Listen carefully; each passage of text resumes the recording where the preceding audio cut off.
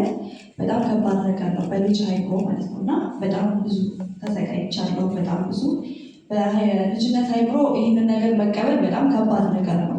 እንደ ልጅ እንደ ታዳጊ እንዳልበሰለች ታዳጊ በጣም ከባድ ብዙ የህይወት ታሪኮችን አሳልፌያለሁ።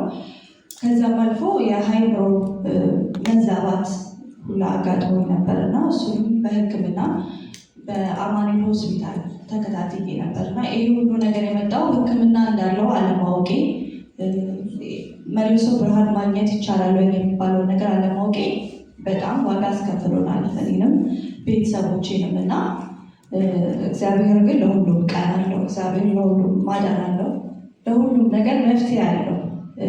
አሁን ላይ ባልሰራ ምን አይነት ህይወት ኖር ነበር እንጃ። ከዚህም በላይ ሊሆን ይችል ነበር። ግን ብርሃን ለማጣት በጣም ከባድ ነገር የለም። ጨለማ ውስጥ እንደመኖር በጣም ከባድ ነገር የለም።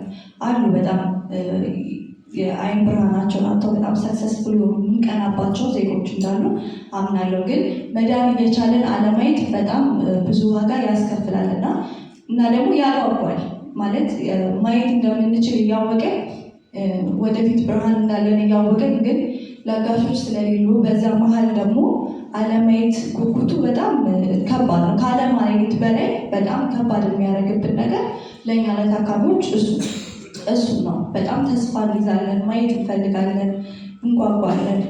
እኔም እጓጓ ነበር። አሁን ደግሞ ያው እኔ እግዚአብሔር ይመስገን ግን አሁን ላይ በእኔ ቦታ ላይ ደግሞ በጣም ብዙ ወረፋ ይዘው ሆስፒታል ቼክአፕ እንደምንም ስንሄድ የማያቸው ወጣቶች ታዳጊዎች በጣም ያሳስቡኛል። በጣም እመኝላቸዋለሁ የኔን መዳን እግዚአብሔር እንዲሰጣቸው ሁሌ ጸልይላቸዋለሁ። እና ባለማየት 4 ዓመት ቆይቻለሁ።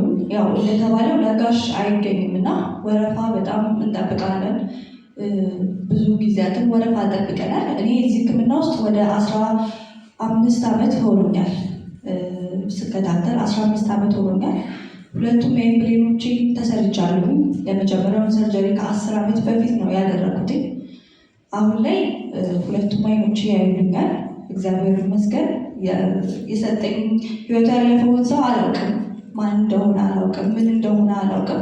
ሁሌም ግን ጠዋት ስነሳ በልቤ በጣም አመሰግናቸዋለሁ። እድል ስለሰጡኝ፣ ብርሃን ስለሰጡኝ፣ ተስፋ ስለሰጡኝ፣ ለእኔም ሳይሆን ለቤተሰቦቼ ከብዙ ነገር ስላዳኑ። እንዳልኳችሁ የአእምሮ መዛባት ነበር። ብዙ መከራ እንደ ቤተሰብ ከእናቴ ጋር አሳልፈናል እና እግዚአብሔር ይመስገን። ሁሌም እግዚአብሔርን አመሰግነዋለሁ። ከዛ ደግሞ አልፎ ሳላውቃቸው ለሰጡኝ፣ ሳላውቃቸው ብርሃን ለሆኑኝ ሰዎች ደግሞ ሁሌ ከልቤ አመሰግናለሁ። ነፍሳቸውን በአጸደ ገነት እንዲያስቀምጥልኝ እግዚአብሔርን ሁሌ እለምናለሁ። ያው ሰው በእምነቱ ነው እና ሁሌ በየሄድኩበት ደግሞ ቅዱስ ሚካኤልን በደንብ አመሰግነዋለሁ። እግዚአብሔር ለክብሩ ለሞገሱ በጣም አመሰግናለሁ። አሁን ላይ ተምሬያለሁ። አቋርጬ ነበር ለ5 ዓመታት ትምህርት አቋርጫለሁ። በ12 ዓመቴ ብርሃን ሳጣ የ7ኛ ክፍል ተማሪ ነበርኩ። የመጀመሪያው አይኔን እንደተሰራው ነው ከ7ኛ ክፍል የቀጠልኩት። አንድ አይኔ ልክ እንዳየልኝ ወደ ትምህርት ገበታኝ ነው የተመለስኩት። አሁን ላይ በቲያትሪካል አርት ተመርቄያለሁ። እግዚአብሔር በብዙ ባርኮኛል። ማለት ላለኝ ለልጅና ግን የአይን ባንክ ውለታ አለብኝ በጣም አልሰራሁም፣ ለህዝቡ አልሰራሁም ብዬ አስባለሁ።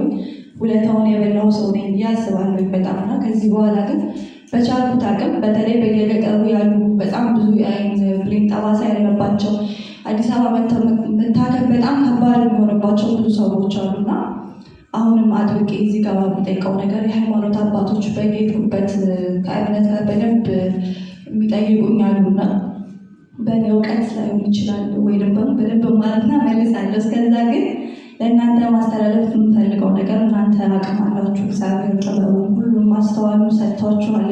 ሰው ልብ ውስጥ የመቅረት ትልቅ ቦታ አላችሁና እግዚአብሔር በሰጣችሁ ነገር የእውነት ለነፍሳችሁ ነው የሚሆነው። ሁሉም ሰው ይድረስበት አይደለም፣ የደረሰበት ግን ያውቀዋልና የሃይማኖት አባቶች፣ ትልልቅ ሰዎች እናንተ ማድረስ ትችላላችሁ። በደንብ እውነት ተስፋ አድርገው የሚጠብቁ አሉ። በየሆስፒታሉ ብትመጡ ብታዩቸው በጣም የሚያሳዝኑ ወጣቶች ታዳጊዎች አሉና የዛሬ 4 ዓመት ደግሞ አንደኛውን አይን ስሰራ አንድ ታዳጊ ልጅ አብራኝ ነበረች። ቃል ያኔ 6 ዓመት 7 ዓመት ይሆናታል። የዛሬ ዓመት ሳገኛት እስካሁን በአንዱ ብሌን ብቻ ነው ያየች ያለችው። አንደኛው እስካሁን አልተሰራም በወረፋ ምክንያት እና የምር እንደዚህ አይነት ታዳጊዎችን ስታዩ ልባችሁ በደንብ ይራራል ብዬ አስባለሁ። አሁንም ያው እኔን አይቶ ራርጧል እና ከዚህ በላይ ደግሞ የምር ብትሰሩባቸው ህዝቦቻችን ላይ ማስተማሩን ብትሰጧቸው በደንብ ብታግዙን በጣም ደስ ይለኛል። እኛም ደግሞ እንደ ተቋም ደግሞ በደንብ እኔ በግሌ ስለተደረገልኝ ብቻ ስለሆነልኝ ብቻ እግዚአብሔር ስላደረገልኝ ነገር ብቻ በየሄድኩበት እመሰክራለሁ። በጣም ብዙ ሰው ሲጠራኝ ደግሞ ሚዲያ ላይ አንቺ የእግዚአብሔር ምሕረት ማሳያ ነሽ ነው የሚለኝ። እኔም ራሴ ሁሌ የእግዚአብሔር የምሕረቱ ማሳያ ነኝ እላለሁ። አሁን እንዲህ ብዬ በማልነግራችሁ በብዙ ነገሮች ውስጥ በዚህ በአይኔ በመጡ በጣም በብዙ ነገሮች ውስጥ ስላለፍኩኝ እኔ የእግዚአብሔር ምሕረት ማሳያ ነኝ። ከኔ በላይ ዶክተሮች አይደሉም። በነገራችን ላይ ዶክተሮች ከፈጣሪ በታች ናቸው እና የሁላችን እምነት እግዚአብሔር ሁሉን እንደሚችል ጥበበኛ አምላክ እንደሆነ እናውቃለን። ከእነሱ በታች ናቸው ዶክተሮች እና ይሄ የእግዚአብሔር ስራ ነው፣ የማንም ስራ አይደለም። እውነት ህይወቱ ካለፈ ሰው ውስጥ ብሌን አውጥቶ የእግዚአብሔር ስራ ነው። ይህንን ሁሉ ማድረግ የሚችለው እግዚአብሔር ነው። ከእግዚአብሔር በታች ደግሞ አሉ ዶክተሮች እና በቁጥር ትንሽ ቢሆኑ ግን ሰለቸን ደከመን የማይሉ ሁሌ ብሌን እስኪያገኙ የሚጠብቁ በጣም የሚያጓጉ ዶክተሮች አሉ። ለእነሱም ደግሞ ከእግዚአብሔር በታች ማዳንን እንዲሰሩ እንፍቀድላቸው። የሃይማኖት አባቶች ደግሞ ይህንን በደንብ ስሩልን። ያው እኔን አይታችኋል ብዬ አስባለሁ። እግዚአብሔር ይመስገን። እግዚአብሔርን በደንብ አመስግኑልኝ። እናንተም ደግሞ በደንብ ይህንን እንደ ኃላፊነት እንድትወስዱ ስል ጠይቃችኋለሁ። እወዳችኋለሁ። አመሰግናለሁ።